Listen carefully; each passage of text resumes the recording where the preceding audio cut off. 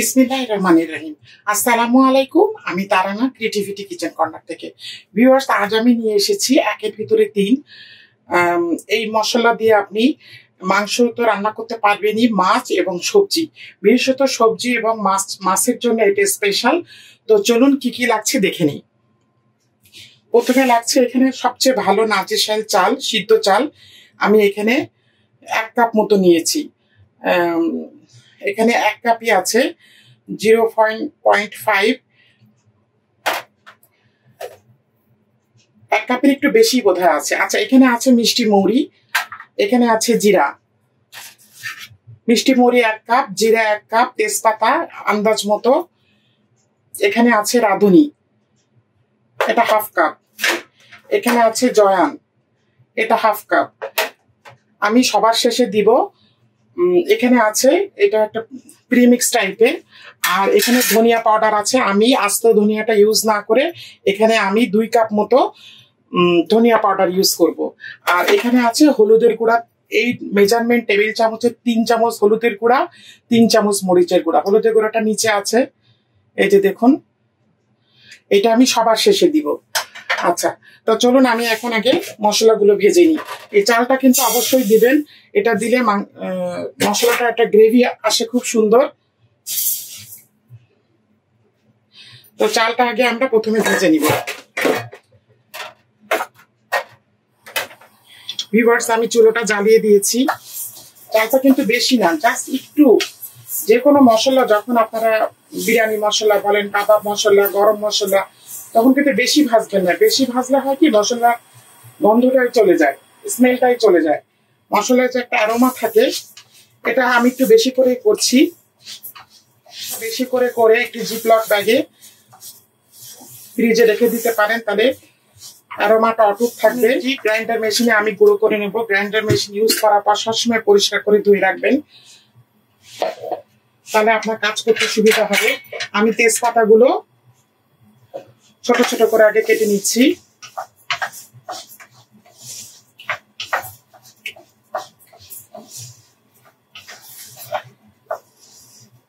এই মশলাটা খুবই কাজে লাগে, বিশেষ করে সবজি, মাছ আর মাংস আপনি ব্যবহার করতে পারবেন। এক্সট্রা করে আপনাকে আদা রসুনটা দিতে হবে, আর কোনো কিছু দেওয়া লাগবে না।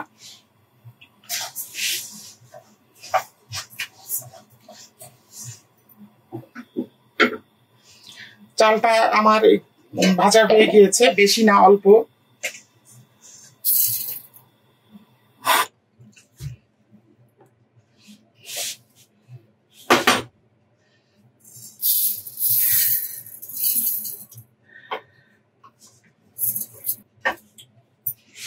আমি এটা একটু ঠান্ডা করতে দিচ্ছি।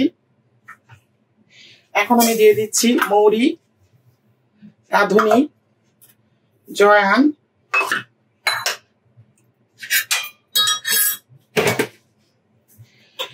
দিয়ে দিচ্ছি। দেবো এখন তেজপাতাগুলো ছোট ছোট করে কেটে।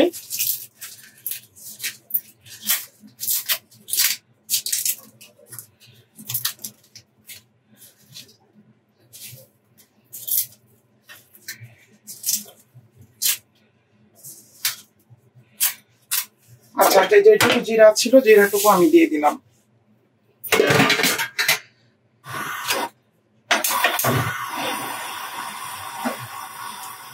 আমি এখন বাদ বাকি মশলাগুলো একটু তেলে নিচ্ছি হালকা।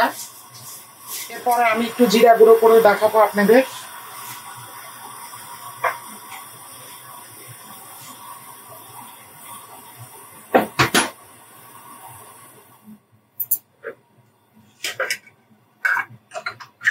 আমি এখন ধনিয়া পাউডারটা দিয়ে দিচ্ছি।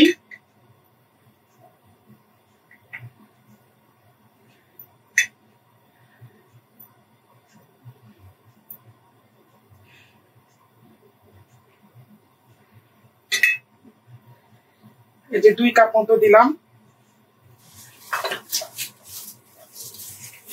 আপনাদের বাসায় যদি বড় জার থাকে, মানে মশলা গ্রাইন্ড করা, তাহলে একবারে সব দিয়ে দিবেন। আমার তো এটাতে বোধহয় আসবে না, আমার একটা বড় জার আমি আপনাদেরকে করে দেখাবো।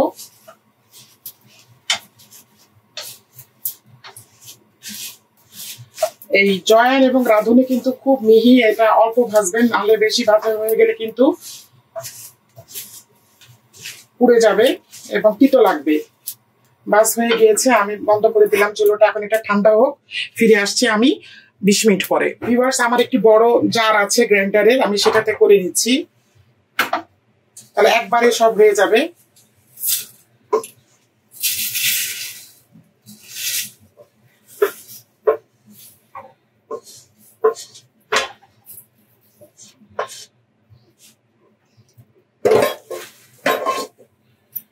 এটা আমি ঠান্ডা করতে দিচ্ছি এবং আমি যে ধনিয়া পাউডার এবং অন্যান্য মশলা যেটা রেখেছিলাম, হ্যাঁ সরি, যে চালটা, সেটা আমি দিয়ে দিচ্ছি।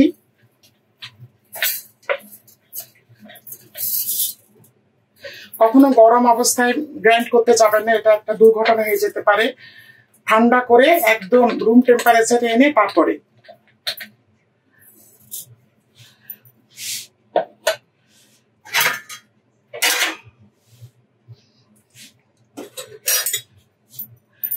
মাঝে মাঝে একটু ঘুরিয়ে দিবেন।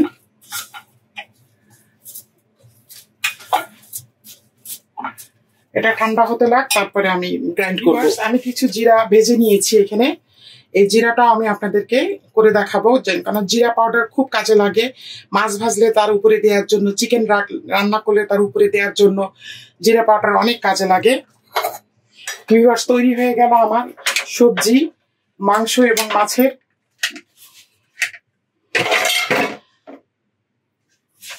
Premix powder.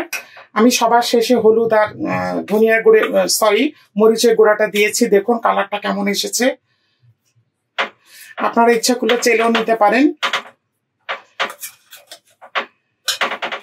মশলা যখন গ্রাইন্ড করবেন তখন মাঝে মাঝে এইভাবে নেড়ে দেবেন, তাহলে চতুর্দিকে সমানভাবে গ্রাইন্ড হবে। এবং এই আমার যে এই জায়ফানের এই গ্রাইন্ডারটা, এটা অনেক শক্তিশালী। এটা ভেজা জিনিসও করা যাবে, আবার শুকনো জিনিসও করা যাবে। এই ব্লেন্ডারের সাথে একটি সার্কিট ব্রেকার আছে। তো সার্কিট ব্রেকার খুব দ্রুত, বেশি ওজন, বেশি পরিমাণে বেশি দিলে সার্কিট ব্রেকার কিন্তু পড়ে যায়। তো সার্কিট ব্রেকার পড়ে গেলে আপনারা 2 থেকে 3 মিনিট রেস্ট দেবেন, তারপরে আবার মেশিনটা চালু করবেন। এই 1600 ওয়াটের এটা যদি আপনি 1 থেকে 2 মিনিট ছাড়েন, তাহলে আবার আপনাকে 1 থেকে 2 মিনিট রেস্টে দিতে হবে। আচ্ছা, এখানে করেছি আমি জিরার গুঁড়া। জিরার গুঁড়াটাও খুব কাজে লাগে। আমি এখন আপনাদেরকে পরিবেশন করে দেখাচ্ছি। আমার চ্যানেলে গরম মশলাটা করা আছে, আমি ভিডিওতে ডেসক্রিপশন বক্সে দিয়ে দেবো। এটা আমার বিরিয়ানি গরম মশলার গুঁড়া।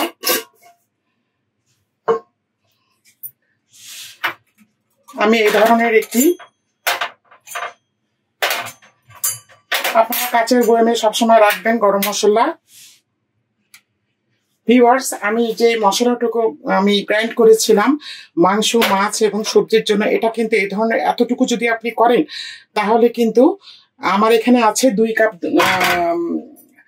একদম গুঁড়া ধনিয়া, আর তেজপাতাও আমি পরিমাণ মতো নিয়েছি, আর নিয়েছি সব 1 কাপ এবং হাফ কাপ করে।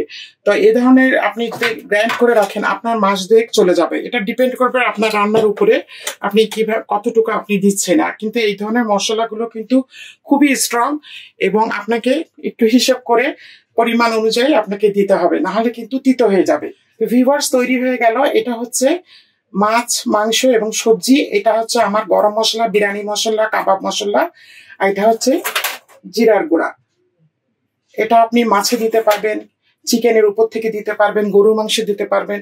তো এই ধরনের একটি মশলা যদি আপনার তৈরি করা থাকে, তাহলে রান্না আপনার হাতের মুঠোয়, ম্যাজিকের মতো। আদা রসুন তো আমরা সবাই বেটেই রাখি, আর হলুদ, মরিচ, ধনিয়ার গুঁড়াটা আমরা সাধারণত বেশিরভাগ আমরা কিনেই খাই। আর যদি আপনাদের পরিমাণে বেশি লাগে, আপনারা গ্রাইন্ড করে নিতে পারেন বাসায়। এটা সবচেয়ে স্বাস্থ্যসম্মত হবে এবং কালারটা খুব সুন্দর আসে।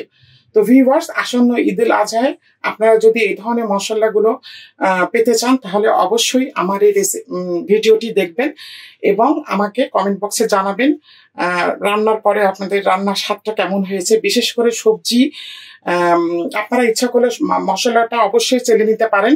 সবজি, মাছ এবং মাংসের জন্য যে মশলাটা, এটা রান্না করলে খুব সুন্দর একটা সুঘ্রাণ ছড়ায়।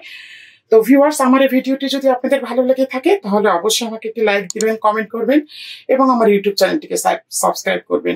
যারা ফেসবুক থেকে দেখছেন তারা অবশ্যই লাইক এবং ফলো দেবেন। আগামীতে ফিরে আসবো আবার নতুন একটি রেসিপি নিয়ে। আল্লাহ হাফিজ।